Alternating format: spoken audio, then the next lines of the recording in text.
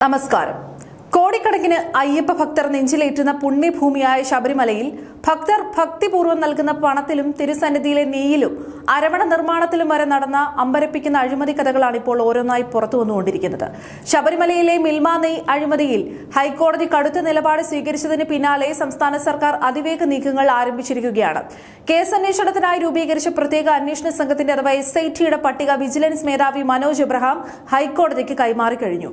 വിജിലൻസിലെ 5 ഇൻസ്പെക്ടർമാരടങ്ങുന്ന സംഘത്തിന്റെ മേൽനോട്ടത്തിനായി SP-മാരായ Mahesh, MJ Sojan, R Binu എന്നിവരുടെ പേരുകളാണ് നൽകിയിട്ടുള്ളത്. ഇതിൽ ആരാകും അന്വേഷണ സംഘ തലവൻ എന്നത് ഹൈക്കോടതി വൈകാതെ തീരുമാനിക്കും.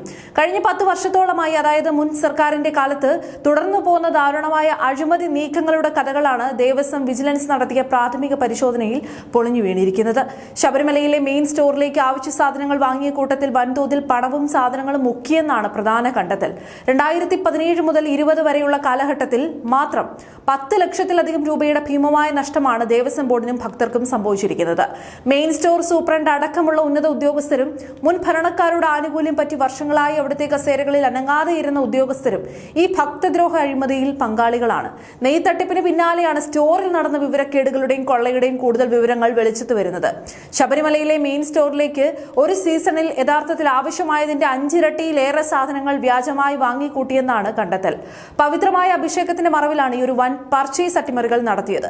2017 മുതൽ 2020 വരെ മെയിൻ സ്റ്റോർ സൂപ്രണ്ടായിരുന്ന S മനുവിനെ കുറിച്ചുള്ള പരാതികൾ അന്വേഷിച്ചപ്പോഴാണ് ഉദ്യോഗസ്ഥ തലത്തിലെയും കരാറുകാരുടെയും ഇടയിലെ വലിയ ക്രിമിനൽ നെറ്റ്വർക്ക് വെളിച്ചത്തിലാകുന്നത്.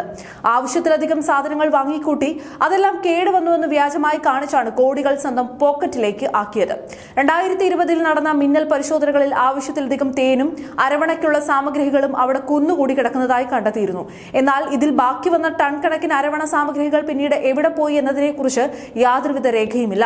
അരവണ പാക്കിംഗ് സാധനങ്ങളിൽ വലിയ അളവിൽ ഡാമേജ് കാണിച്ച് സാമ്പത്തിക തട്ടിപ്പ് നടത്തുകയായിരുന്നു. വിതരണ കരാർ എടുത്ത ചില വൻകിട ഏജൻസികളും സ്ഥാപനങ്ങളും ഇതിന്റെ കൃത്യമായ വിഹിതം പറ്റിയിട്ടുമുണ്ട്. മുൻ സർക്കാരിന്റെ കാലത്ത് പവിത്രമായ ശബരിമലയിലെയും ഭക്തരുടെയും വിശ്വാസത്തെയും വെറും അഴിമതിക്കുള്ള വരുമാന മാർഗമായി മാത്രം കണ്ട ഉദ്യോഗസ്ഥ രാഷ്ട്രീയ കൂട്ടുകെട്ടാണ് ഇതിലൂടെ അഴിഞ്ഞു വീഴുന്നത്. ഇതിന്റെ പശ്ചാത്തലത്തിലാണ് സർവ്വ പർച്ചേസുകളിലും അടിയന്തരമായി സ്പെഷ്യൽ ഓഡിറ്റ് വേണമെന്ന് ദേവസ്വം ഓംബുഡ്സ്മാന് നൽകിയ റിപ്പോർട്ടിൽ വിജിലൻസ് ശുപാർശ ചെയ്തിരിക്കുന്നത്.